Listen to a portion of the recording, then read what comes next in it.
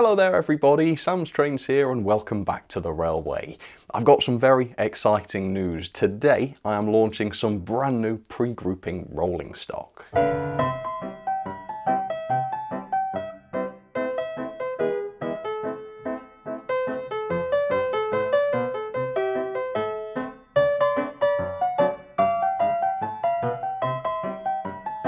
Recently, Rapido released their lovely Highland Railway Jones Goods locomotive, and that was one of quite a few Scottish region locomotives we're starting to see get made now. But the thing is with locos like these, there's often precious little period accurate rolling stock to run with them, in some cases none at all. And today that is what I'm hoping to change. I am launching these brand new Highland Railway Jones Open wagons. That's the very same Jones responsible for the Jones Goods. And this particular model is of diagram 19, as produced during Jones's tenure between 1870 and 1896 on the Highland Railway. Key characteristics of these wagons are the wide bodies which overhang the chassis in a very interesting way. So we've got a body that's actually wider than the buffer beams. There's these inverted T-shaped plates above the axle boxes. Again, that makes them quite recognisable. And I will talk more about the details and features in just a second, but I do want to say a massive thank you to James Hilsden for first bringing these wagons to my attention, thinking that they would make a great project. They definitely did. I've thoroughly enjoyed making these. Now, there is precious little known about these wagons. There's very little information about them online. As far as I know, there are no photos of this exact diagram, and I don't believe they survived beyond Era 2. They never moved on to the LMS era, which again makes information even harder to come by. So I want to give a good shout out to this book, Highland Railway Carriages and Wagons by Peter Tatlow, which has some great information about these wagons, plus some fantastic drawings, which I was able to use for reference. But again, it's been a very challenging project. This book was a great start, but there wasn't enough in here to create a wagon that looks like this. So this project has been a massive challenge. I did find some photos of other wagons which were similar but not the same, but they did have some similar features. So I was able to draw from those. I used other photos of other entirely different wagons to create the liveries for the wagons. The underframe comes from another entirely different wagon, but from the same period, so it should look about right. It's been crazy. I've had to draw from so many different sources to try and create these one wagons. So I can't promise absolute accuracy. I don't know how truly realistic these wagons are, but they are my best educated guess.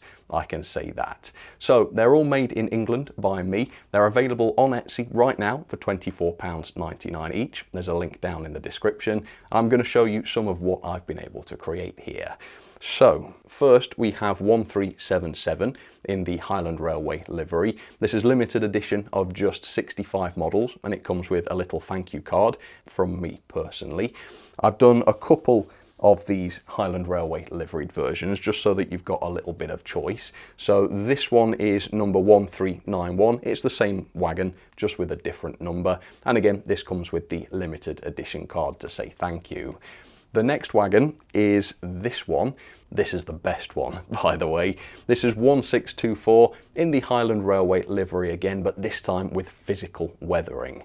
And this, of course, is a bit of a magical wagon because the physical weathering allows you to use this on your layout even if you don't model the Highland Railway. You can put it in a siding somewhere and pretend that it's an old abandoned wagon that's not been used since the Highland Railway days. Maybe it was dumped here and has been left abandoned ever since. And it's even got an entire plank missing from one side, which is not something I've ever seen done before. And this really set my imagination going, and I'm the one that created it. It still made me think a lot. What happened to this wagon? Maybe it was vandalised, maybe that plank was bashed out at some point, maybe it went rotten and just dropped out of its own accord. Maybe there was an accident in which this damage occurred, or maybe the plank was deliberately taken out of this wagon to repair another wagon. It's actually quite interesting how just a basic thing like a missing plank could produce so many different stories. So yeah, use your imagination with that one. This is also limited edition. There's a few more of these, but only 105. So again, quite limited. If you want to grab one of these, like I say, I've got links down in the description. And then here we have a controversial one. So this is in a what if livery. This is LMS number 29361. And like I say, as far as I know, and I could be wrong, but I don't think I am, these wagons did not survive into the LMS days. So there won't have been a wagon like this, at least not as it appears here anyway, because it is so primitive that some people might want to have one for their LMS trains to haul. So here it is. Again, limited edition of just 65. This is a very unusual one, and I doubt I'll ever do any more in this livery. It's just for a bit of fun. But if you fancy that, do check it out. There's also going to be a very small quantity of unnumbered plain grey wagons, which you can use for your own customization. And I'm also going to make a few of these available unbuilt and unpainted in kind of kit form for a little bit less money. Again, if you want to customize one of these. So this has been an incredibly fascinating but difficult challenge to undertake. When I first started, I didn't know if it was going to be possible to create a model like this with such limited information, but hopefully you'll think I've done at least a decent-ish job of this. So if you do decide to buy one of these, I want to say a massive thank you to you. The sales from these wagons will be put back into the channel to help it to grow and continue to output new content. So if you do want to support the channel, this is a way you can do it. Now, I've done my best to make these models look as professional as possible, but please do bear in mind they are homemade. They're made by me in England in this room using quite primitive techniques. So as much as I hope you will find them quite professional looking, they may not be produced to the same standard as a professional wagon. So please do keep that in mind when you make your purchase. Anyway, for now, I'm going to do a bit of an unboxing for you, show you exactly what you get and how you can get these wagons into a complete state.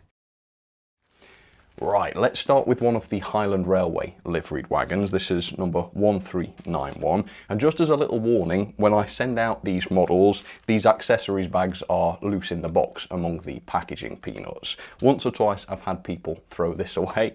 Just be aware that it's there and don't accidentally put it in the bin. And once or twice I have had people raise a valid point about this. They say, it's time you had proper boxes to put your wagons in, like the professional manufacturers do. And I have thought about it, I have looked into it, and there is a good reason why I don't do that. Now, the only way that I'm able to produce a model like this of a high standard, I think, for £25 is to do everything in-house. So I design everything, I manufacture everything, I paint it all, I market it, I do the logistics, I do it all in-house by myself. And that's because I know I'm willing to work for a relatively small amount of money, and I'm able to get these models out to you at a reasonable price. There'd be no good whatsoever me talking like I do in all my reviews about the high prices of stuff, only to come along and charge £40 for a wagon like this because I've outsourced the work. So I have to do it all myself. That's the only way I can get reasonable prices. Right here, I don't have the facility to make proper packaging. The only way I could get boxes would be to outsource them. And I've looked at doing that. If we were talking 50p to £1 per box, then I think that would be reasonable. In reality, especially with the small volumes that I'd be ordering, we'd be talking a lot of money per wagon, multiple pounds per wagon.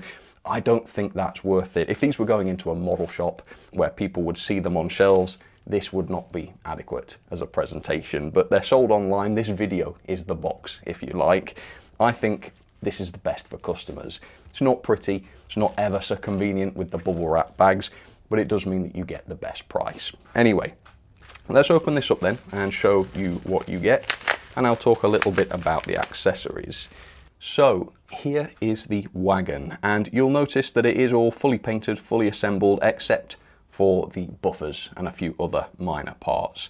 And the reason I've done that is not laziness. Obviously, in the past I have fitted buffers and details like that, but again, due to the packaging, I don't want these buffers to break off. They're not turned metal buffers, they're 3D printed in resin. They are a little bit more fragile than your metal buffers would be. I don't want these breaking off in transit. So by supplying them separately, I'm ensuring that they get to you in good shape. So what do you get? You get the limited edition certificate with a little thank you from me. So you get to see how hideous my handwriting is. Apologies for that. But yeah, you get your number on there as well. Then you get a pair of NEM tension lock couplings. which are basic 3D printed ones. You can, of course, use your own if you want. Then we've got these buffers, which are the finest buffers I've ever made. The buffer shafts, or shanks if you like. These are very, very fine, which is realistic, but it makes them fragile. Another good reason not to fit them as standard. And be careful with these once they're fitted. Then we've got all sorts of chains. We've got 3-link couplings for the coupling hooks. A lot of manufacturers don't include these, with far more expensive wagons than mine. Let me tell you, these cost next to nothing to produce, at least in the way I produce them. There's no reason I couldn't include those for £25. And then you've got safety chains. And these are tiny, tiny little parts. Amazing that these 3D printers are able to produce these parts. And safety chains were used to connect wagons together in more ways than just the regular 3-link couplings, literally for safety. If the main coupling fails, these chains can take up the slack until they can be replaced. So you've got all sorts of accessories here. I'll demonstrate how to fit them. It's very, very easy. Obviously, all except the buffers are optional. Oh, I guess the buffers are optional, but if you don't fit them, it'll all look a little bit silly. So you will need some glue. I use this plastic kit glue. This seems to work pretty well, but you can use super glue as well, as long as you're careful not to overuse it so that you get that misting. You can also use white glue if you prefer something that takes a little bit longer to set. So the first thing I'm going to do is fit the safety chains, which are the fiddliest part, so we'll get those out of the way first. These parts are optional, like I say, so if you don't want to fit these, the wagons will look fine without them. So I'll take one of the chains in the tweezers, like so, obviously being careful not to damage them. Apply a tiny little bit of glue onto the end of the part, and then plug that into the end of the wagon, which I hope you'll be able to see.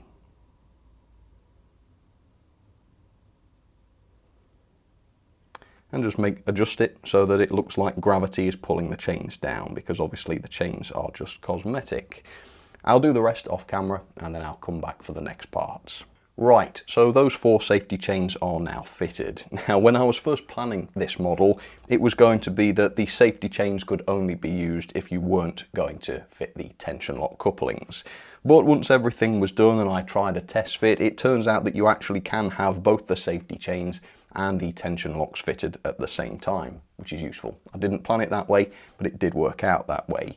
But fitting the NEM tension locks might involve jostling those safety chains a little bit. So if you want to fit the tension locks, I would recommend doing it straight after fitting the safety chains, just so that you're not going to disturb the glue.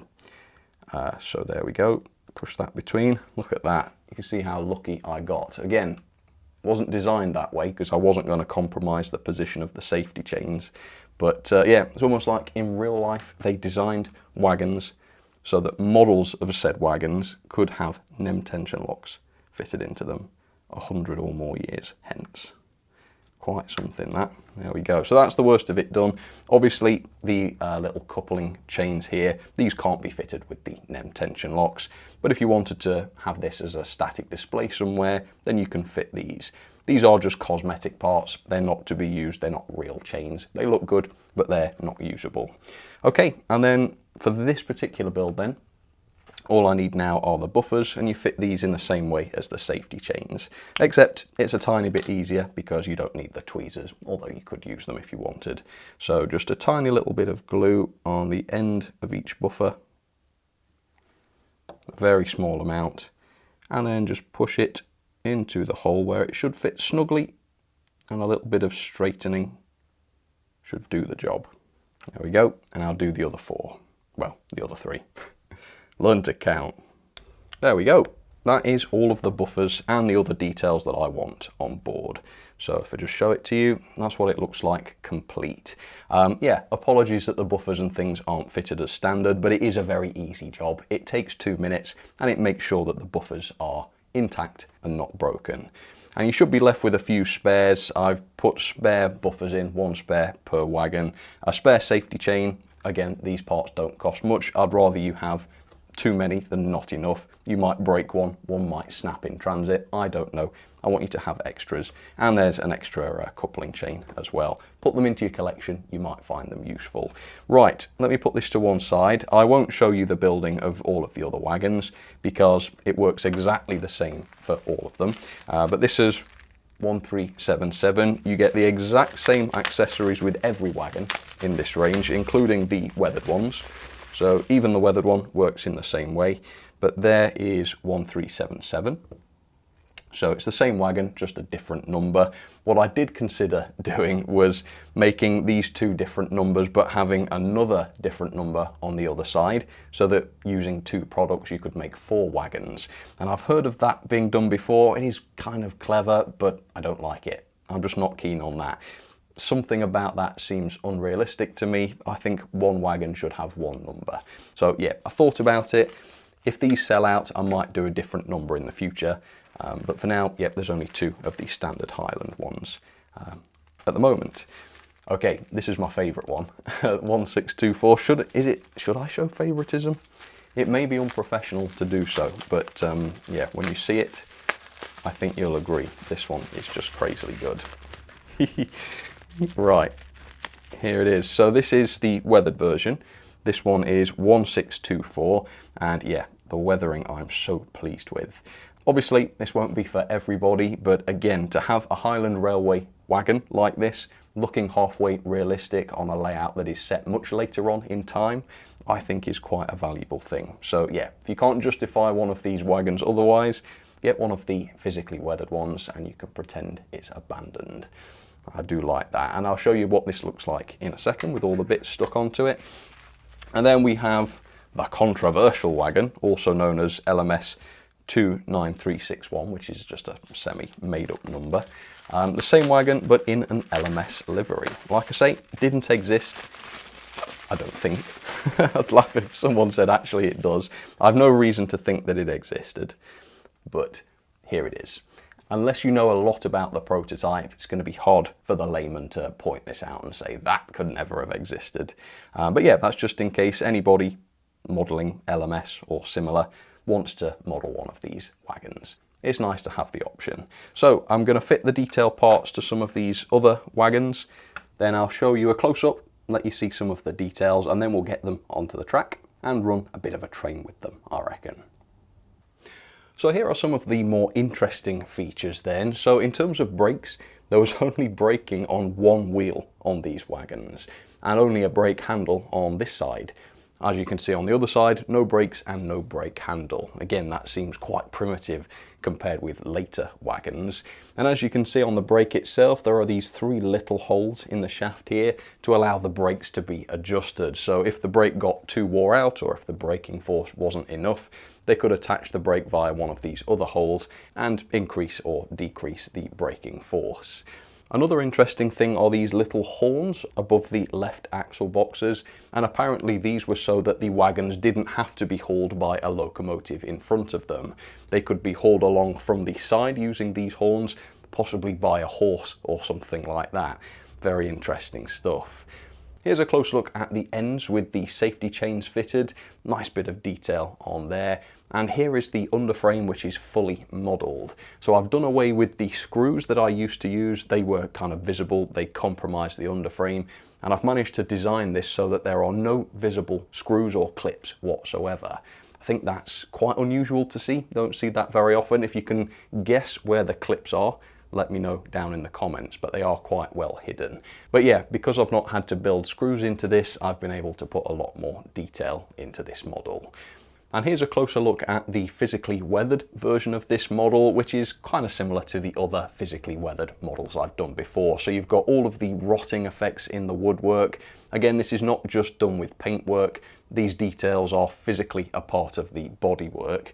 Here's a closer look at that missing plank, and as you can see, there's splintering effects where the plank is missing, which is quite interesting. And over on the other side, you can see behind the metal frame on the corner of the wagon, you can see here that there's some splintering as well. There's also a hole on the other side. Obviously this is more of a rotting hole rather than somebody's taken a bit of the wagon away to repair another wagon. Yeah, this is definitely more wear and tear damage.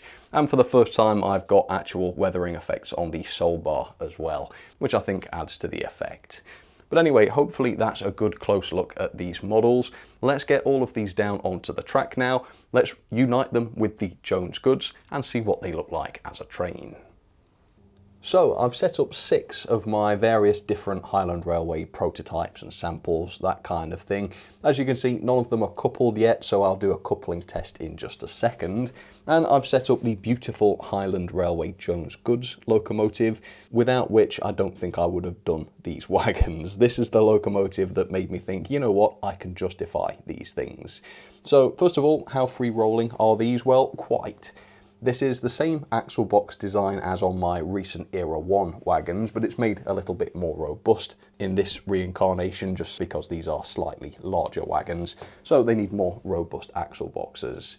Nice and free rolling, made it right down towards the signal box. Let's test the coupling then. Is the Jones goods alive? Yes, it is. So how many coupling connections are we testing here? 1, 2, 3, 4, 5, 6, 7.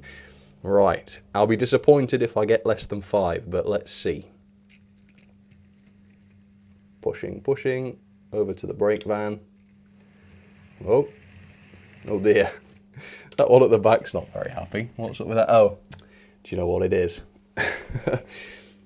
For shooting the turntable shot earlier on, the wagons are so free rolling that they roll away when I activate the turntable. So my sneak hack, if you will, is to put a little bit of blue tack on one of the wheels.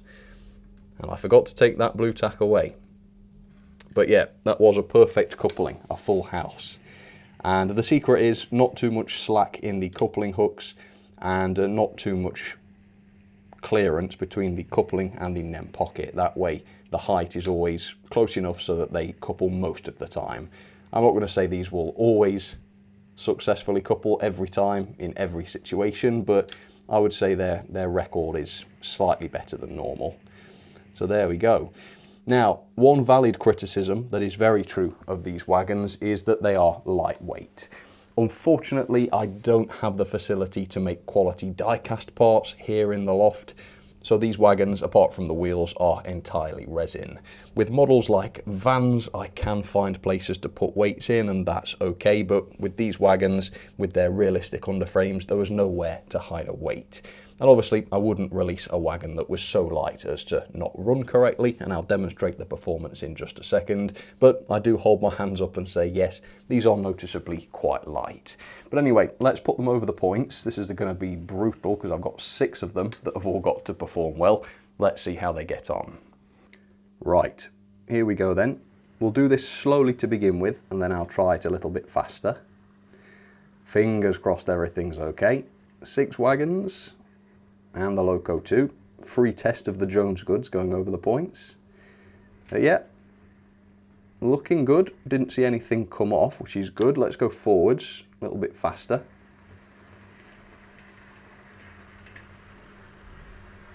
There we go, very nice. Go on then, the part that I always dread.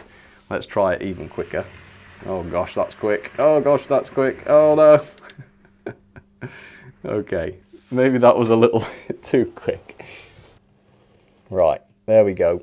Well, the whole point of this exercise is not to show these wagons as being better than they really are. So I hold my hands up and say, yes, at full speed over the points in reverse, they may derail. Okay, fair enough. But yeah, anyway, for the most part, they are okay. Right, let's see how they get on around the track then. Coming up to the second radius S-bend now, the nasty one.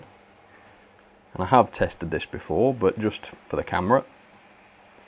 There you have it, no jumping off the track. So yeah, they are lightweight. Again, I'll hold my hands up and say they are lightweight wagons, but in my testing, they don't seem to be unstable. They stay on the track okay. If you do find that the lightweight is a problem, I would recommend making loads for these. Then you can add a little bit of extra weight and that should help. But like I say, for me at least, and my layout is a pretty worst case scenario, I'm not running into any problems. So yeah, very, very excited to be releasing yet another project. This one has been a delight. and a real challenge as well to pull together, because I really did start with a blank canvas with this one, and then by pulling in all the different information I could find, I slowly filled in each blank and then got a bit creative with the blanks that I couldn't fill in to produce these models. And yeah, it's just such a good fun process, and I hope you love them. I really do. They're going out into the world now. I hope you really enjoy them. Obviously, some of these are very limited, only 65 of them produced. I say 65, there's actually 60 plus some spares, so I won't even be selling 65 of them. Obviously, I know that's going to mean some people probably will miss out on these, and I am sorry for that. I know that's not ideal, but like I say, I'm producing these by myself. They're all hand assembled and hand painted by me. Unfortunately, I just don't have the facility to produce these in massive quantities. But if you are able to get one, thank you ever so much for your support. Do let me know what you think. I'm always looking for feedback on how to improve and such. And if you've got any suggestions for future models, I'm always on the lookout for those, so feel free to keep those suggestions coming. For now though, thank you ever so much for your support once again. If you'd like to pick up any of these models, they are available now on Etsy. In the past, when I've done models like this, they have all sold out very quickly, so it's possible that that will happen again here. If you don't want to miss out, act quickly, and hopefully you'll be able to get what you want. But for now, thank you once again for watching, and I'll catch you very, very soon for another video. Alright, cheers folks, you take care.